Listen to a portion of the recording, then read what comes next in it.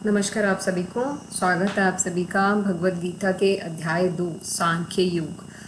आज से हम शुरुआत करते हैं अध्याय 2 की। हम जैसा कि मैंने पहले भी अपने वीडियोस में जिक्र किया है कि मैं अपने हैंड रिटन नोट्स से आपके साथ शेयर करती हूँ, जो कि मैंने आचार्य प्रशांत जी के गीता के लेक्चर से नोट डाउन किए हैं। जो भी मेरी समझ रहती है उन लेक्चर से वो मैं आपके सामने इसके माध्यम से लेकर आती हूँ और डिस्कस करती हूँ।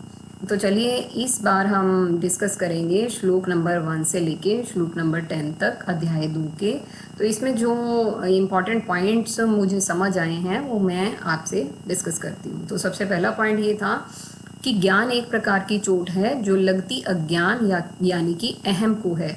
आप देखिएगा जब भी हम कोई भी ज्ञान यानी कि कोई भी ऐसे डीप लेवल की जो चर्चा या कोई भी सीख लेते हैं तो उसका एकदम असर किस पे पड़ता है? आपके अहम पर, आपकी ईगो पर। आपकी ईगो ये लगा लीजिए कि चाहे ईगो से भरपूर इंसान भी हो, अगर उसको एक ज्ञानी कोई बात कहता है तो थोड़े टाइम के लिए सुन हो जाता है, थोड़े टाइम के लिए वो बात ज़रूर सुनता है, बेशक उस पर अमल करे ना करे, बट उस समय के लिए वो उस बात के साथ जुड़ जाता है। तो पॉइंट ये है कि जो ज्ञान है वो अहम को कहीं ना कहीं चोट पहुंचाता है, इसलिए अहम चाहता है कि वो ज्ञान से दूर ही रहे।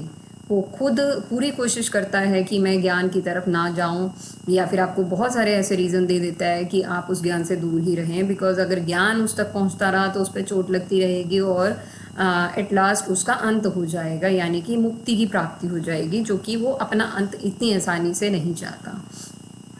तो उसके आगे का पॉइंट है, आरंभ में श्री कृष्ण कहते हैं कि अगर युद्ध नहीं करोगे तो स्वर्ग नहीं मिलेगा। ये आर्यवादी का भी विरोध है। देखिए ये जो श्लोक स्टार्ट हुए थे, यानी कि ये जो अध्याय 2 सांख्य योग है, इनिशियली श्री कृष्णा ने पूरी कोशिश की कि आत्मिक स्तर पे अर्जुन को समझाया जाए, बट जैसा हमने पहले अध्याय में देखा कि अर्जुन अभी भी संसारिक चीज़ों में बंधे हुए हैं, संसारिक तरीके से ही बात कर रहे हैं, वो संस्कृति में ही अभी लिप्त हैं। तो श्री कृष्ण ने भी उसी चीज़ को ध्यान में रखते हुए उन्हें उन्हीं के संसारिक तर्कों को देकर युद्ध के लिए प्रोत्साहित करने की कोशिश की। तो यानी कि जैसे वो बोल रहे थे कि मैं क्षत्रिय हूँ और क्षत्रिय को ये क्षत्रिय कुल का विनाश हो जाएगा, हमारी महिलाओं का क्या होगा, बच्चों का क्या होगा, पितरों का क्या होगा, मतलब पितृ दोष आ जाएगा, उनको कोई पानी देने वाला नहीं रहेगा इत्यादि। तो उसी तरीके की बात को आगे बढ़ाते हुए श्री कृष्णा ने अर्जुन को उन्हीं के शब्दों में समझाने की कोशिश की। आगे का पॉइंट है महाभारत का युद्ध अर्जुन और कौरव, गीता के युद्ध अर्जुन और श्री कृष्ण। हाँ, ये इम्पॉर्टेंट पॉइंट था। देखिए जो महाभारत का युद्ध हो रहा था वह अर्जुन और कौरव के बीच में था, लेकिन जो गीता हम पढ़ रहे हैं, जो गीता को हम समझ रहे हैं, तो वो एक्चुअल में किसके बीच में चल रहा था? अर्जुन और श्री कृष्ण। अर्जुन कौन? हम सब। अर्जुन कौन? वो आम इंसान जो संसारिक तर्क वितर्क में ही उलझा रहता है। अर्जुन कौन? हम जैसे इंसान जो मोह माया में उलझे रहते हैं। अर्जुन कौन? वो हम जिसको ये नहीं पता चलता कि ये धर्म के लिए हम किस समय कौन सी चीज़, कौन से स्टेप ले सकते हैं, क्या या ये ज़्यादा ज़रूरी है, या फिर हम अनजाने में ही धर्म को फॉलो ना करते हुए अधर्म कर देते हैं। ये हम सब हैं जो विचलित हैं, जो उलझे हुए हैं, जिनको राह दिखाने वाला चाहिए श्री कृष्णा जैसा। तो एक्चुअल में गीता का युद्ध किसके बीच में था? अर्जुन और श्री कृष्णा, क्योंकि पूरी बात, पूरी क्लैरिटी अर्जुन के माध्यम से हम सबको मिल रही थी और वो देने वाले श्री कृष्णा यानी कि डिवाइन सोर्स। आगे का पॉइंट है अर्जुन और कृष्ण का संवाद मन और आत्मा का संवाद है। यस, मन जो होता है, अब जैसे इस पॉइंट में क्या बताया, मन यानी कि विचलित, यानी ऑल टाइम इधर उधर तर्क वितर्क यानी द्वंद्व में फंसा रहने वाला। द्वंद्व यानी दो चीज़ों के बीच में जो फंसा रहता है वो है हमारा मन। और जो आत्मिक स्तर पे जो उन चीज़ों का सोल्यूशन दिया जा रहा था वो किन के द्वारा दिया जा रहा था? श्री कृष्णा के द्वारा। तो अर्जुन और कृष्ण का संवाद क्या हुआ? मन जो कि विचलित है, आत्मिक स्तर पे श्री कृष्णा उनको उनके मन के जो भाव है उसे समझाने और उनको मतलब आत्मिक स्तर पे उनको ज्ञान देने के का जो प्रयास कर रहे हैं वो। आगे आता है अज्ञान, कायर, दोषी, इससे मेरा स्वभाव अभी ढक गया है। देखिए ये जो सारे पॉइंट हैं ये अगेन अर्जुन के बारे में कहे गए हैं, क्योंकि इस समय वो उस लेवल के ज्ञान को या उस लेवल की बात को समझ नहीं पा रहे हैं जो उनको समझना चाहिए था। इसीलिए उन्होंने ये भी एक्सेप्टेंस दी इस चीज़ को कि इसी सब के कारण मेरा जो स्वभाव है या जो मेरा नेचुरल जो तरीका है, या फिर ये लगा लीजिए कि मैं आत्मिक स्तर पर सोच नहीं पा रहा हूँ।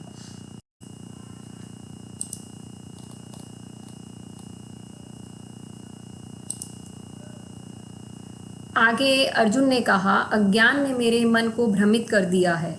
अब ये यहाँ से शुरू हो रहा है कि अर्जुन इन चीज़ों को एक्सेप्टेंस दे रहे हैं, वो मान रहे हैं कि वो ये नहीं कर पा रहे हैं, कि उनका जो मन है वो द्वंद्व में फंसा हुआ है, वो भ्रमित हो चुका है, उसे नहीं पता चल रहा है कि कि उनको स्टेप क्या लेना चाहिए, कि उन्हें आगे बढ़ के युद्ध करना चाहिए कि नहीं, क्योंकि सामने उनके अपने हैं।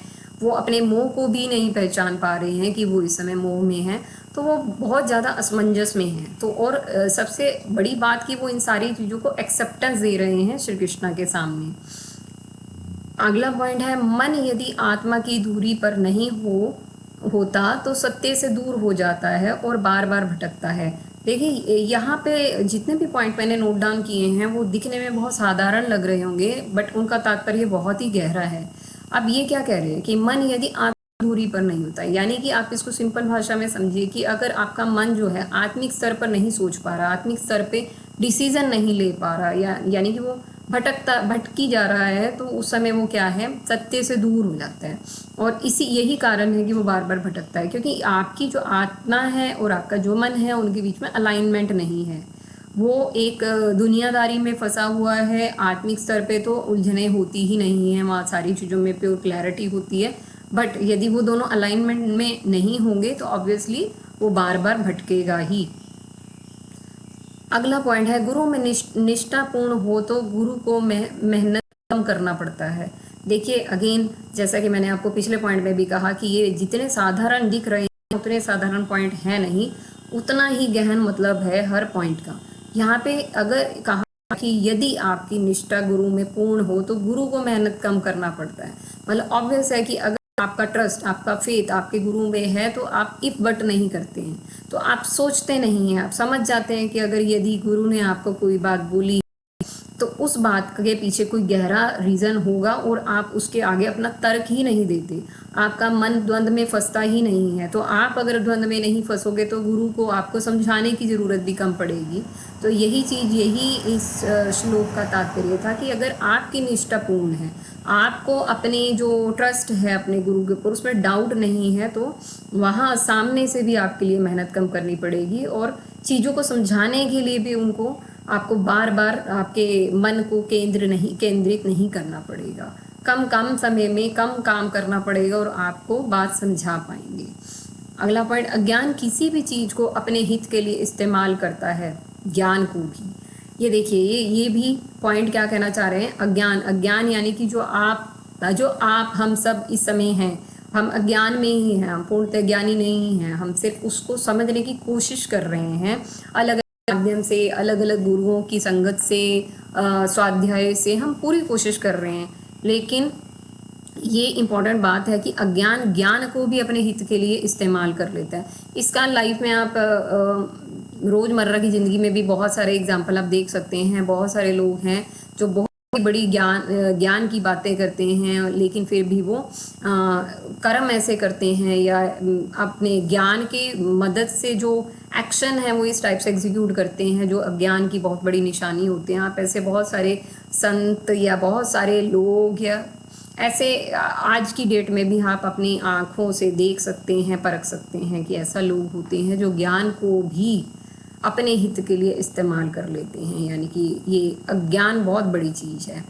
अज्ञान को अहम का प्रेम ही हरा सकता है। अब अहम का प्रेम किससे, अहम का प्रेम, यहाँ पे प्रेम किसको रिप्रेजेंट कर रहा है, आपके सत्य को, जीवन के सत्य को।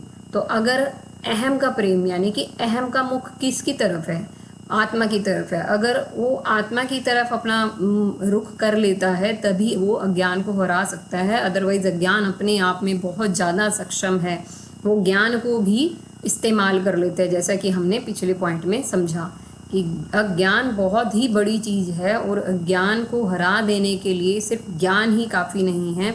आपका अहम जो आपका ईगो है उसका किसकी तरफ होना, उसका आत्मिक स्तर पर सोच पाना, आत्मिक स्तर पर उसका रुख होना बहुत इम्पॉर्टेंट है।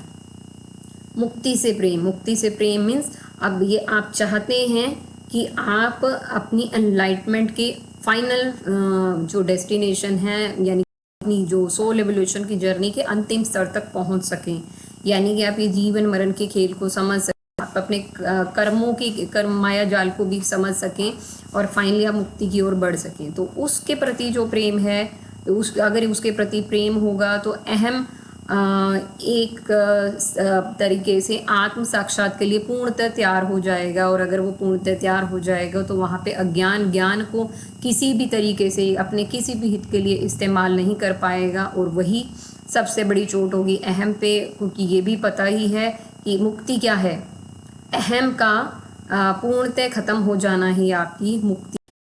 तो ये ही चीज़ है, क्योंकि उसे पता है यदि आत्म साक्षात की तरफ रुख किया तो अहम की भी एग्जिस्टेंस ख़त्म हो जाएगी।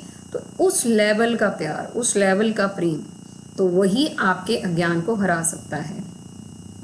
अब 2 पॉइंट हैं, करुणा और दया। करुणा क्या होती है? करुणा जानती है दुख मिथ्या है लेकिन मेरे लिए, ठीक है। करुणा में क्या है? करुणा एक पॉइंट आपको क्या बता रहा है कि सामने वाले को, सपोज किसी की लाइफ में कोई ऐसी सिचुएशन आई जिसमें वो बहुत परेशान है, तो आप अपनी करुणा प्रकट कर सकते हैं, बट आप दया नहीं कर सकते। करुणा में क्या है? आप इस चीज़ को भली भांति जानते हैं कि जो ये प्रॉब्लम है, ये जो दुख है वो मिथ्या है, ये it's a part of life, it's part of your soul journey, ये है, ये लाइफ में आता जाता है। बट इस चीज़ को आप ऐसे नहीं कंसीडर कर सकते कि दिस इज़ ओनली लाइफ, मतलब सिर्फ यही जीवन है, आप ऐसे कंसीडर नहीं कर सकते। उसी के साथ जो दूसरा पॉइंट है दया, जिसमें रोने वाले को सहानुभूति देने वाला भी उसी जैसा हो जाता है।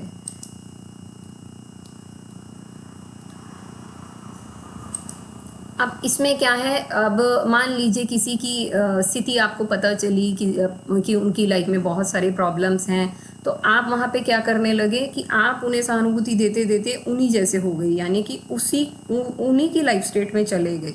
इसलिए हमेशा मना किया जाता है कि आपने किसी पे भी दया नहीं दिखानी है। दया एक गलत प्रोसेस है, मतलब अगर आप स्पिरिचुअलिटी में हैं तो आप दया भाव दिखा रहे हैं तो वो गलत है। अगर आप उसी को करुणा भाव दिखा रहे हैं तो आप बिल्कुल सही स्तर पर सामने वाले के दुख को समझ पाए हैं। दया नहीं, करुणा भाव से आपने किसी की भी प्रॉब्लम को कंसीडर करना है। दुखी अहंकार होता है। दुखी मतलब अब यहाँ पे आपको पता चला होगा कि दुखी की वो कौन रहा है, वो अहम, वो ईगो, वो का परेशानी झेलता है या उसको प्रॉब्लम होती है। आगे है दया में हिंसा है, करुणा अहिंसक होती है। दया में हिंसा है मीन्स ये, इसमें क्या होगा, मान लीजिए इसी का एग्जांपल लीजिए, जैसे दया मतलब किसी की कोई प्रॉब्लम हुई तो आप उसे देख रहे हैं, या फिर वो खुद यानी कि ये वाली सारी कंडीशन किसके पास है? ईगो के पास है। तो जब ऐसी कोई कंडीशन आती है तो आप वहाँ पे बदला लेने की भी सोच सकते हैं, बदला। लेकिन करुणा अहिंसक होती है। कैसे? क्योंकि करुणा में आपको ये पता है कि जो वो दुख है वो मोमेंट्री है, कि वो परमानेंट नहीं है, और ये एक लाइफ का प्रोसेस है जिसमें सुख और दुख दोनों आएंगे। तो आप इस समझते हैं कि वो दुख एक मिथ्या है, वो झूठ है, जो उस समय आप फील कर रहे हैं वो थोड़ी देर के लिए आप फील कर रहे हैं, क्योंकि वो एक मोमेंट है। जैसे आपका सुख आया और गया वैसे दुख आया और गया, हर दिन एक जैसा नहीं होता। वो आप एक आत्मिक स्तर पर उसे समझ पाते हो। अगर आप करुणा में हो तो आप कभी भी हिंसक स्थिति में हो ही नहीं सकते। लेकिन दया भाव में हिंसा होती है, दया भाव में हिंसा आ सकती है। अब दया सामने वाले का भ्रम बनाए रखती है। अब दया में क्या है, मतलब वो जो कंडीशन है उसकी, वो इसी तरीके से रहेगी कि हाँ मैं परेशान हूँ या सामने वाला परेशान है, इसकी लाइफ में प्रॉब्लम्स हैं, इसकी लाइफ में तो प्रॉब्लम बनी हुई हैं। तो यानी कि इस टाइप का जो भ्रम है, इस टाइप का जो मिसकंसेप्शन है उसके केस में बना ही रहता है। अब करुणा नियम या फिर विधि मांगती है। यह मुक्ति लगाती है, बुद्धि लगाती है, सॉरी यह युक्ति लगाती है, बुद्धि लगाती है। अब करुणा नियम या फिर विधि मांगती है। अब करुणा क्या है? करुणा में हमने जैसा कि समझा कि करुणा, ये नियम वर्ड यहाँ पे जो यूज़ हुआ है, नियम क्या? एक प्रोसेस, ठीक है। करुणा है तो हमें पता है कि ये प्रोसेस के दौरान जो भी चीज़ हो रही है आपके प्रोसेस के दौरान हो रही है, तो ये उसमें क्या युक्ति लगाती है, मीन्स उसमें कुछ ना कुछ मतलब जोड़ तोड़ लगाती है और समझती है कि आज ये सिचुएशन आई है, ये किस चीज़ के या किन एक्शंस का रिजल्ट है, वो समझती है, अपना माइंड सेट लगाती है और फिर वो कोशिश क्या करती है, अब मैं इस सिचुएशन से बाहर कैसे निकलूँ, इनमें से क्या क्या ऐसे पॉइंट्स हैं जिनको मैं नज़रअंदाज कर सकती हूँ या क्या क्या ऐसे पॉइंट्स हैं जिन पे मैं वर्क कर सकती हूँ। अब वो उसको कंप्लीट लाइफ स्टेट नहीं समझती, लाइफ का एक हिस्सा समझती है। तो ये भी एक बहुत इंपॉर्टेंट पॉइंट है, करुणा और दया, यानी कि नेक्स्ट टाइम लाइफ में जब भी आपके कोई भी ऐसी कंडीशन आपको दिखे, अपनी पर्सनल लाइफ में भी या फिर आपके किसी लव्ड वन की लाइफ में भी, तब भी आपको हर सिचुएशन में इन दोनों पॉइंट्स का डिफरेंस समझकर ही आगे बढ़ना है। करुणा और दया, आपने दया भाव से नहीं काम करना है, आपने करुणा भाव से काम करना है, जिससे आप सामने वाले की लाइफ को भी सॉर्ट कर सकते हैं और अपनी थॉट प्रोसेस को भी सॉर्ट कर सकते हैं। तो चलिए आज का लेक्चर हम यहीं समाप्त करते हैं। अगले टॉपिक में मतलब अगले जो एपिसोड होगा उसमें हम फिर से अध्याय 2 का अगले श्लोक के बारे में डिस्कस करेंगे। तब तक के लिए आपका बहुत बहुत धन्यवाद।